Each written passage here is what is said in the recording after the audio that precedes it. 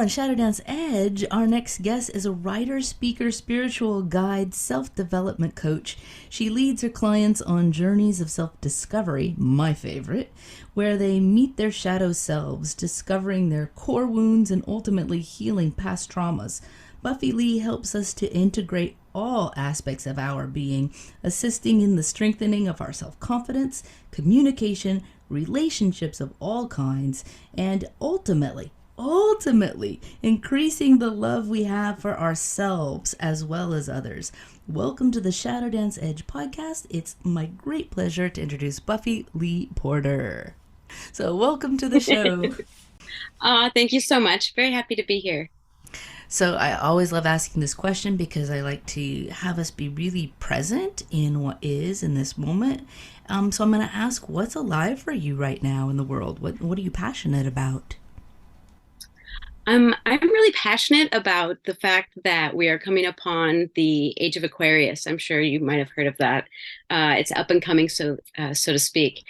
But in addition, we're switching from the masculine to the feminine led, I believe, is what I'm hearing as well. And so that really kind of integrates everything that I love about my professional life as well as my personal life, and that is really strengthening the feminine.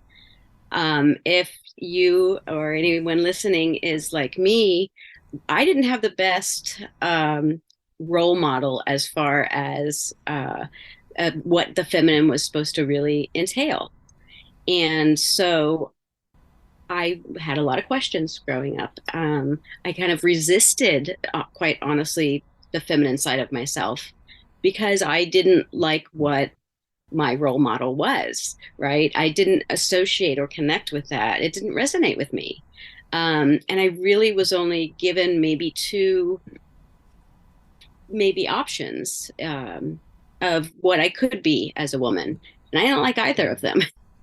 And so that it was just always a big struggle for me. So I'm excited that this is coming up because now I'm really gearing towards my focus being helping other women who really didn't have necessarily the best role model or didn't like what they saw and they wanted to be something else, so to speak. So I'm really excited about that. It's your time, and we need a lot of us, like you said, we totally relate to that. A lot of women will relate to that, in that we didn't have a lot of great, strong, or balanced role models as women, and we need a lot more coaches to kind of guide us into what are our options, what are our choices, what are the possibilities.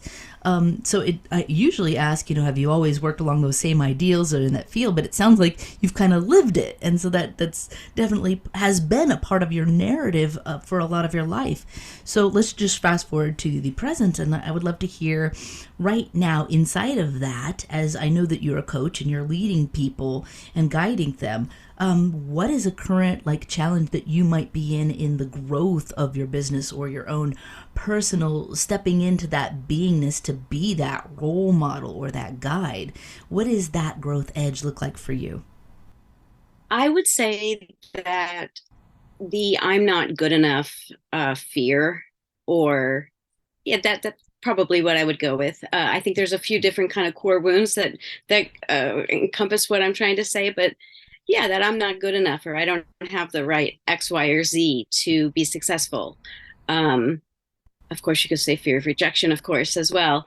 But in what I'm trying to do is basically build a community of women who are going through this phase of we don't know what we're supposed to be.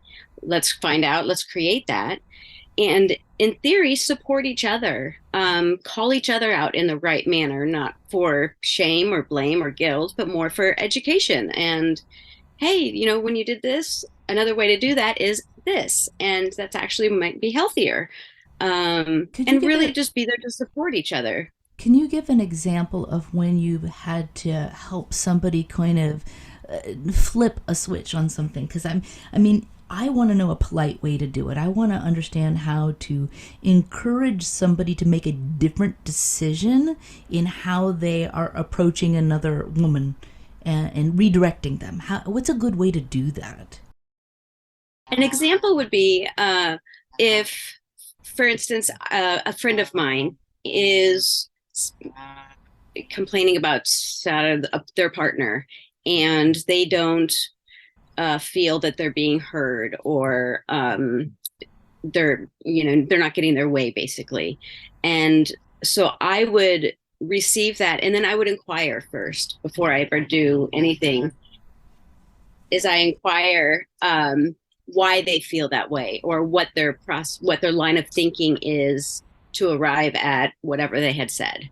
That makes them relax into comfort, so they feel heard, Yeah, right? understood. Once they're heard, they're going to be much more receptive to anything I have to suggest. And then once they feel heard, then I would almost not boldly suggest something per se. I would form it usually as a question. Um, and that would be something like, have you ever wondered how they might respond if you just X, Y, or Z? I like that. Less direct. And then, yeah, then that they can sit with it. They don't have to answer the question because it's not necessary. It's something for them to think about later after the fact. And that's when real change occurs, not in the moment. Generally, if you're going to suggest something to anybody, it's not going to actually be received well in the moment, even if posed the way we just said. It's an after the fact type of um, longer growth process, I think, for something like that. Well, you've convinced me, and probably many people listening, that you know exactly what you're talking about. So, what are your tools for convincing yourself that you are the expert, that you do have so many things of value to share with the rest of the world? Because you're not alone. I mean, there are often times where I go through, oh God, I'm such a fraud. This person's doing it way better than me. They've been doing it way longer. This person has these 10 degrees over here. Who do I think I am to blah, blah, blah? Yet I know what I do and how what I share has value. But getting back into convincing myself of that and standing in that power can be difficult. So what do you do for yourself, and what do you suggest for the listeners to really own their power and their knowledge and wisdom? Great question. So that would be answered by the other component of my business, which is spirituality. And basically, how that relates specifically right now is that when I recognize fear within myself, spirituality beliefs tell me that that's the direction I'm meant to go in. So a fear is only an indicator of where we need growth or where we have the ability to grow. So when I acknowledge that fear, now that's a whole separate question. Don't go there. But if I'm able to recognize it in myself that I have fear, then I can definitely trigger the, oh, I'm supposed to go that way, even if I'm afraid, because that's where the growth happens. And that's why I'm here. That's why I'm on earth. I'm I here to love it. grow. I love So it. I we're love it. supposed to embrace that fear every time we sense it, I say not be something afraid of it. similar. I say something similar, not with fear, but with doubt. I say the Uh-huh. self doubt is just evidence that growth is happening, and it's very, very similar. And I love that us humans are downloading these ideas that are just so in alignment with each other. No matter how we frame it, it's like we're all learning, like, okay, if I feel resistance against it, it's probably something I need to be doing, kind of thing. That's really, really great. So here's a question. If you could, like, ask the Yeah. universe for something that could give you a quantum leap in your business next week, what would you ask for? Oh, wow. What would I ask for? I would ask for a whole bunch of women or men to basically be aware of this program. Honestly, it's called Lilith Uprising. I don't know if you're familiar with the name, but that's basically just buoying all of these feminine energies so that our next generation, our kids and our grandkids, they know what to do. They're not raising themselves in the terms of not knowing how to be a healthy female. Yay. Great. So is there a .com or some place that we can go to find? So Lilith. LilithUprising.com. So yeah, It's super excited that you can go there for basically to join the group, to participate, to get any more information on it. And yeah, Sweet. Well, I'm going to ask our listeners here in the studio if they have any questions that they'd like to ask you. Being a bonus mom has its challenges, right? I am very fortunate and kind of curious. Have you had any experience around what it means for the next generation? Can you share a little around that? absolutely. And just to make sure I understand what it means to have the feminine rising, or yes, Exactly. I do. Yeah. So I have raised two children. Um, I have a son and a daughter, and they're both late teens, early 20s now. So they're both in college. And yes, it is so important because I saw by my raising them that I was not demonstrating a healthy form of the feminine to them because I, at the time, hadn't learned it myself. I was still figuring all of that out because I didn't have one.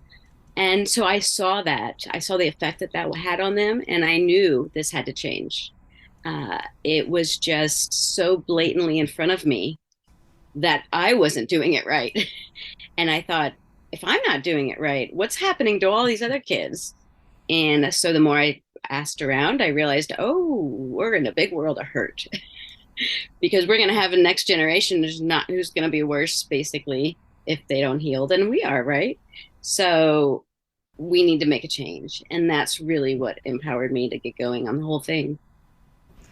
Is there some final words that you can share with the audience, some words of wisdom that will help us really help each other? Yeah, I think that, like Ram Dass said, we are all just here walking each other home. And that's a good reminder because regardless of our path or our beliefs or any of that, we are all the same and we are all just here doing the best we can.